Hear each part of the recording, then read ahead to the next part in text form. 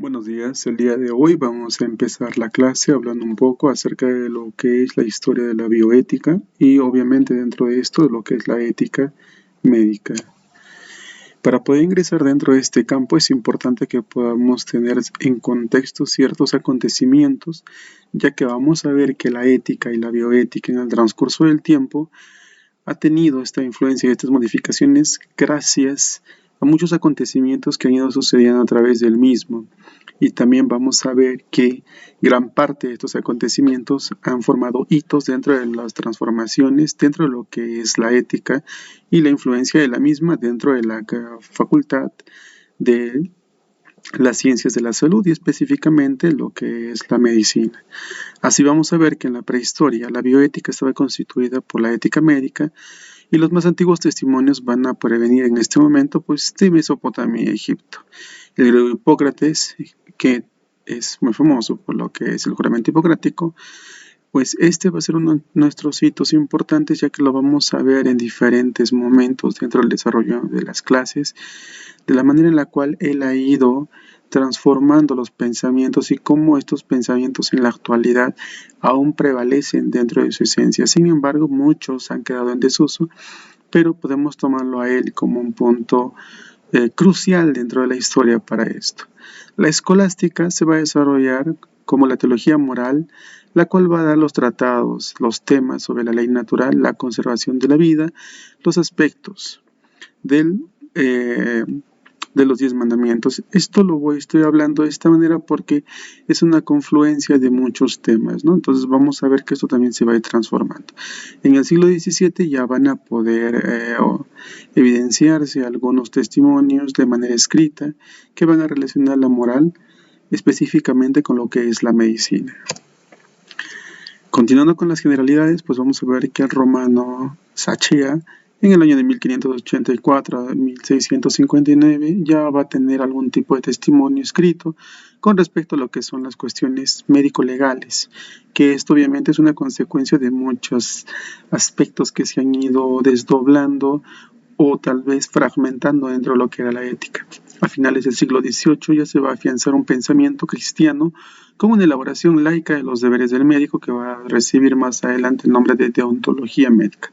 En este momento pues estamos viendo que existe un punto muy importante, ya que estamos hablando de un punto religioso al decir pensamiento cristiano, pues esto cuando se vea de manera más amplia, por ejemplo en pensamientos y momentos en los cuales ha pasado la ética, pues esta se ha visto, como les dije antes, netamente influenciada por ciertos momentos de la historia que prevalecen, como por ejemplo en la etapa del feudalismo, finales del siglo XVI, siglo XVII, donde la religión pues tenía un gran poder dentro de decisión dentro de muchas ramas y las ciencias. En el siglo XIX ya va a existir una sistematización de la reflexión teológica moral, lo cual va a dar aquí a una medicina pastoral y a una ética católica. Si bien nosotros vamos a tomar en cuenta y vamos a tener en estudio solamente la parte del Mediterráneo, en especial Grecia, cuando hablamos de los principales pensadores con respecto al nacimiento de lo que es la ética, pues vamos a poder identificar que no solamente aquí es donde se ha tenido este tipo o ha nacido este pensamiento. Aquí podemos ver algunos puntos de los lugares en los cuales, por ejemplo, también ha nacido algún tipo de pensamiento similar o relacionado a lo que es la ética. Por ejemplo, el juramento de la iniciación en la India en el siglo I a.C., el juramento de Asap en el siglo III a 4 después de Cristo, esto a lo que corresponde a los judíos, el consejo del médico, el consejo de los médicos, igual en el siglo X después de Cristo, esto dentro de lo que es la cultura de los árabes o musulmanes, los 5 mandamientos y las 10 exigencias de Chen Jin Kung, médico chino que comenzó en el siglo XVII, y sobre todo la moral católica. Entonces, como nosotros podemos ver aquí, la ética no está relacionada simplemente como vimos antes, porque eso es una parte de la historia en la cual nosotros sí vamos a tener mayor importancia, pero no ha estado solamente en lo que es la religión católica, sino si vemos en este punto, pues las diferentes culturas han tenido puntos de importancia con respecto a la perspectiva que van a tener de la ética y su aplicabilidad dentro de su diario vivir. Haciendo un hincapié, vamos a hablar un poquito de Hipócrates, esto dentro de lo que correspondería a la historia de la ética. Del 460 al 370 a.C., el desarrollo de su periodo de vida, jefe de lo que es la escuela del Cox, también llamado por eso Hipócrates de Cox, que se enseñó en la medicina de Atenas. Uno de sus principales obras es el Corpus Hippocraticum. Él se considera que él es autor de más de 50 tratados importantes sobre documentación que no solamente corresponde a la parte de la ética, esa es una sola de las partes, pues también vamos a ver, y como todos sabemos, él sino ha tenido él un gran desarrollo dentro de lo que es la parte científica, influencias físicas y sofistas. Entonces, esto es una parte un poco más resumida acerca de quién es. Vamos a verlo más adelante cuando vayamos a hablar sobre legislación. Acontecimientos claves. Si bien ya tenemos un poquito más con respecto a lo que es la historia de la ética en la antigüedad, no vamos a hablar de un periodo de oscurantismo más o menos que no se tiene mucha relevancia dentro de los datos ni tampoco son de gran impacto para que nosotros vayamos a hacer estudio. Sin embargo, a comienzos del siglo XX es donde ya vamos a empezar a ver diferentes acontecimientos en los cuales desde aquí hasta el final de la presentación vamos a ir hablando un poco. Por ejemplo, el primero, que es el Convenio de Ginebra, donde se va a prohibir la esclavitud en todas sus formas. Nosotros por historia sabemos que la esclavitud ha sido un periodo de la historia bastante terrible y funesto para la humanidad. Y es esta época, gracias a este tratado, donde se prohíbe. Sin embargo, vamos a tener evidencias de que a pesar de que ha existido este tratado, pues aún la esclavitud se ha ido ejerciendo y actualmente se puede percibir que existe otro tipo de esclavitud. Los llamados códigos de las Malinas, que abarcan relaciones sociales, las relaciones internacionales entre la moral, las relaciones familiares y el código de la moral de la política, que van a hacer estos intentos dentro de la conciencia pública para poder tratar de regularizar lo que es el respeto al individuo. Entonces estos vamos a ver que en diferentes años han ido tratando de actualizarse para tener ese punto que es muy importante dentro de lo que es todos los temas que vayamos a tratar en adelante, que es el respeto a un individuo o al individuo. También vamos a ver cómo la Sociedad de las Naciones, esto específicamente en lo que es la Primera Guerra Mundial, va a imponer algunas convenciones, por ejemplo la Convención de Ginebra, con respecto a lo que es la seguridad, respeto a los derechos mínimos de los prisioneros de guerra. Nosotros por historia sabemos lo terrible también que ha sido esto y lo vamos a estudiar de manera más explícita en otro capítulo con respecto a cómo esto ha ido influenciando a lo que ahora tenemos a lo que nosotros conocemos como ética médica, ya que esta ha tenido diferentes pilares para su formación. En 1948, un hecho muy importante para todos, no solamente dentro de la ética médica, sino de las diferentes ciencias, pues es la aprobación de la Declaración Universal de los Derechos Humanos. En todo lo que es el progreso biomédico, vamos a ver que desde el siglo XX ha existido diferentes acontecimientos de gran impacto dentro de lo que son los descubrimientos dentro de la medicina, lo cual ha podido ayudarnos para poder ver que no solamente esto ha ido muy aislado de lo que es la ciencia, sino que también ha tenido un impacto moral dentro de los valores, escala de valores, dentro de la ética, con respecto a la sociedad, que ha tenido, aún hasta ahora se tiene ese debate, ¿no? Con respecto a lo que es correcto y a lo que no lo es. Acá vamos a ver algunas cosas. Por ejemplo, en el año de 1953 se va a descubrir el doble hélice del DNA. En el año de 1954 aparecen las técnicas de reanimación cardiopulmonar. Y estas, vamos a ver más adelante vamos a ver un ejemplo con respecto a cómo esto ha impactado a la sociedad. Ya también ha sido partícipe en la formación de algunas leyes en algunos países. En 1955, la primera operación que se ha dado de trasplante renal, en el año de 1959, con éxito se va a recibir por la primera vez que se va a dar el estado de vegetal, que es la fecundación in vitro. En el año de 1960 va a darse el experimento extensamente entendido con respecto a lo que es la píldora anticonceptiva en la población de mujeres en Puerto Rico. En 1967 también el doctor Barnard va a realizar el primer trasplante cardíaco. Continuando con lo que es el progreso biomédico, vamos a ver que nace Louis von Braun como resultado de una fertilización in vitro, innovaciones con respecto a lo que es la clonación, muy sabido por ustedes, sobre lo que es la oveja Dolly, trasplante de médula, rápidos avances dentro de lo que es la mayoría de trasplantes de órganos que se dan ahora, ¿no? Es este momento más o menos en la historia donde se ha dado estos procesos, ¿no? Y vamos a ver vamos a tratar de entender cómo no solamente, como les dije, es un proceso aislado dentro de lo que es la ciencia o dentro de lo que es la medicina, sino que esto tiene un impacto dentro de lo que es la ética, dentro de la ética médica, dentro de la ética de los médicos, dentro de la ética del personal de salud y el impacto dentro de la sociedad. Se descifra el genoma humano y otros más. Vamos a ver dentro de los comités que se han realizado, por ejemplo, el comité de Seattle, ¿no? En la revista de noviembre de 1962 se va a ver algunos, por ejemplo, esto es un artículo que se ha dado con respecto a Sean Alexander, con respecto a ellos deciden quién vive y quién muere. También vemos otro acontecimiento de lo que es esto, 1961, el doctor Beldings, Steven, va a inventar lo que es la cánula arteriovenosa, hacer que esta va a ser posible en realidad la diálisis renal, y esto pues también va a motivar, ¿no?, a cómo esto va a tener algún tipo de impacto dentro de la toma de decisiones en este tipo de pacientes.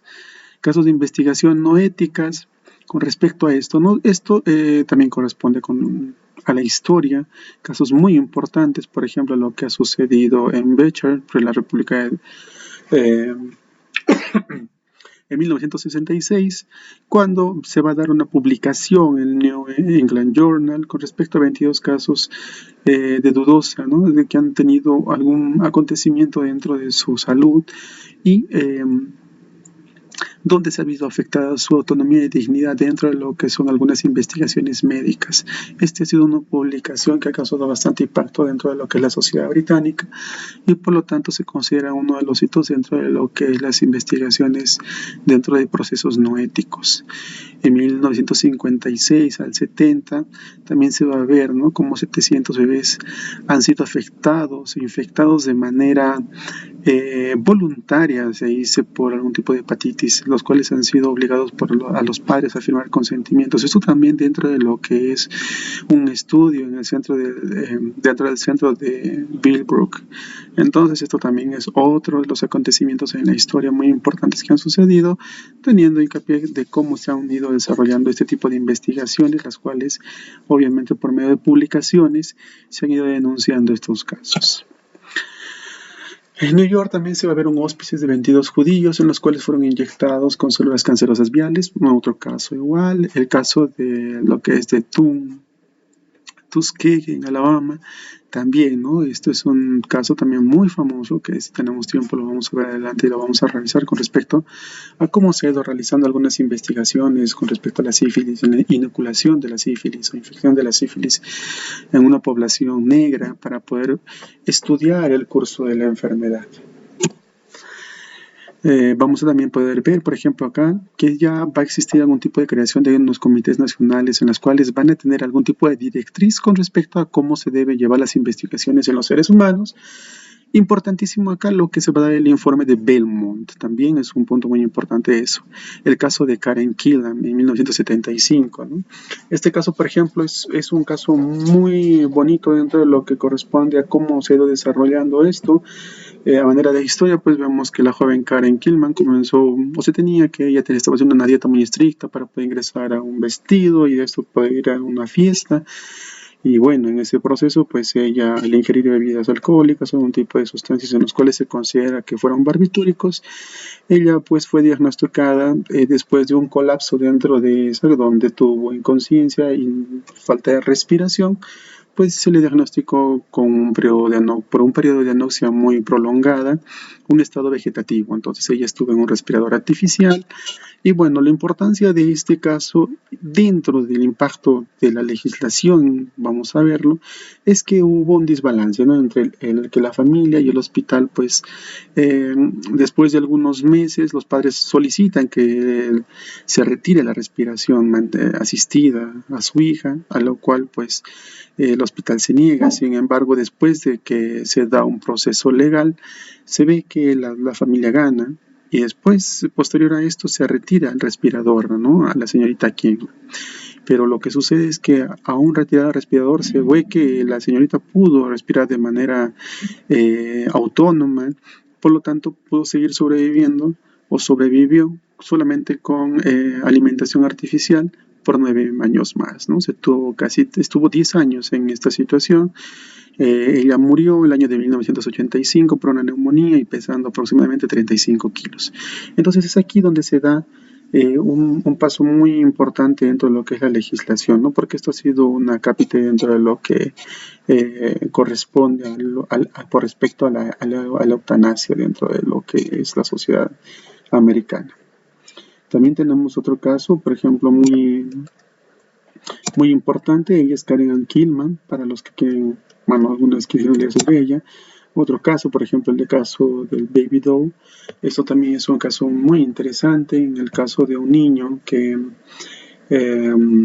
pues, él fue diagnosticado con una trisomía. Por lo tanto, pues él tenía algunas afecciones propias de su trisomía, a lo cual tenía que ser sometido a algún tipo de proceso dentro de un proceso quirúrgico. Sin embargo, la familia fue la que se opuso.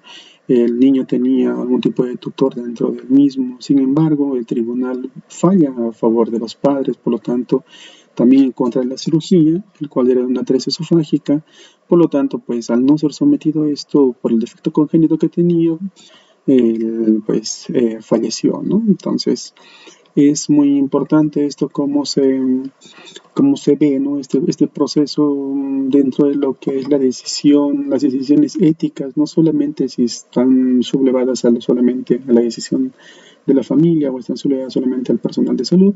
Vamos a poder desglosar algunos temas que vamos a llevar de manera completa, por ejemplo, la autonomía del paciente, el consentimiento informado, que son muy importantes para tener una relación correcta dentro de lo que es médico-paciente. De esta manera, pues, queridos estudiantes, tenemos una pequeña introducción con respecto a lo que es la historia de la ética médica dentro de la bioética, y de esta manera vamos a tener un poquito más, vamos a comenzar teniendo un poco de visión con respecto a los temas que vamos a llevar adelante. Muchas gracias.